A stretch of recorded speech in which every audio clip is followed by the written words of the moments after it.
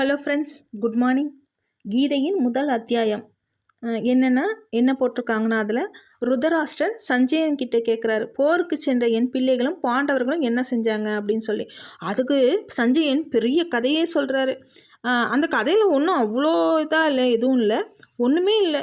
இருக்கிற அந்த கௌரவர்கள் பாண்டவர்களுடைய பெயர்கள், அவங்களுக்கு சூட்டப்பட்ட பட்டங்கள், அப்புறம் அவங்களுக்கு கையில் இருக்கிற கருவிகள், போர்க்கருவிகள், அதை பற்றி தான் அவர் ரொம்ப நீளமாக அழகாக சொல்கிறாரு. ரொம்ப மரியாதைக்குரிய வார்த்தையை பயன்படுத்தி அழகாக சொல்கிறாரு. யார்? சஞ்சயன் சொல்கிறாரு. இப்போது கௌரவர்களுடைய பேருங்களெல்லாம் சொல்கிறாரு.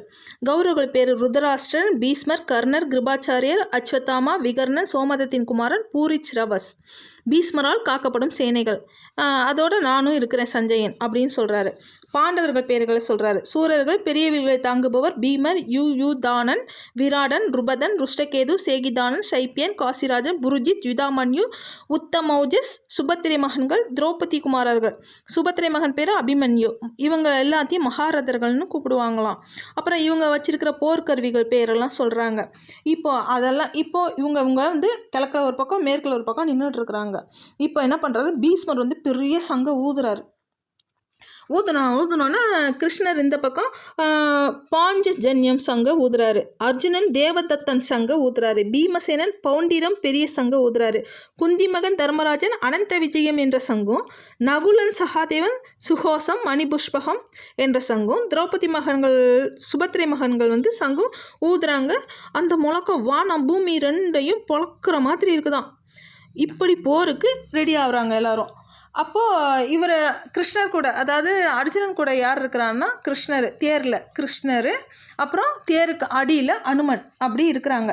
இப்போ அர்ஜுனன் கிருஷ்ணரை பார்த்து சொல்கிறாரு, நீங்கள் என்ன பண்ணுறீங்க, தேரை கொண்டு போய் நடுவில் நிப்பாட்டுங்க, துரியோதனன் கூட யாரெல்லாம் துணையாக வந்திருக்கிறா அப்படின்ற ஒரு விஷயத்த நான் பார்க்கணும் அப்படின்னு சொல்கிறாரு.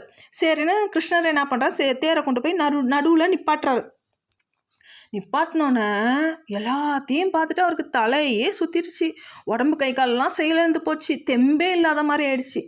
ஏன்னா இருக்கிறது பூரா அவனுடைய குலம், அவனுடைய சொந்த பந்தங்கள், அதாவது அவருடைய சொந்த பந்தங்கள், அவருடைய அண்ணன் தம்பி தாத்தா பாட்டன்மார்கள், இப்படி சொந்த பந்தங்களும் இருக்குது, மக்களும் இருக்கிறாங்க,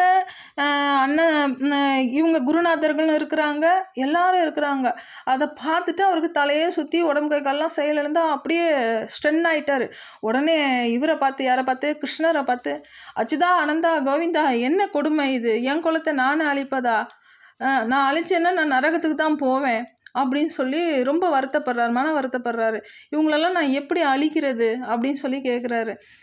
எனக்கு மனசு வரல, நான் இவங்களெல்லாம் கொல்றதுக்கு மனசு வரல, ஏன்னா எல்லாமே தலைகீழாக மாறி, நான் இவங்களெல்லாம் அழிச்சேன்னா எல்லாமே தலைகீழாக மாறி போயிடும். கலிகாலம் ரொம்ப கஷ்டமாக இருக்கும். வரப்போகிற பரம்பரைங்கள்லாம் எல்லாம் சரியான பாதையை கடைப்பிடிக்க மாட்டாங்க. அதனால் சொல்கிறேன், நான் இந்த தவறை நான் செய்ய மாட்டேன், என்னால் முடியாது அப்படின்னு ரொம்ப தலை சுற்றி போய் அப்படியே போய் உக்காந்துட்டார் தேருக்குள்ளே. இதுதான்ப்பா முதல் அத்தியாயத்தில் கொடுக்கப்பட்ட விஷயம்.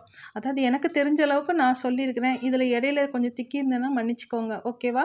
அப்புறம் இந்த முதல் அத்தியாயத்தை படித்தேன்னா என்ன பவர் அப்படின்ற ஒரு விஷயத்த கதையாக சொல்லியிருக்கிறாங்க பத்ம புராணத்தில். அந்த கதையை உங்களுக்கு சொல்கிறேன். Thanks friends. லைக் பண்ணுங்கள், ஷேர் பண்ணுங்கள், என்னோடய குழுவில் சேருங்க ஃப்ரெண்ட்ஸ்.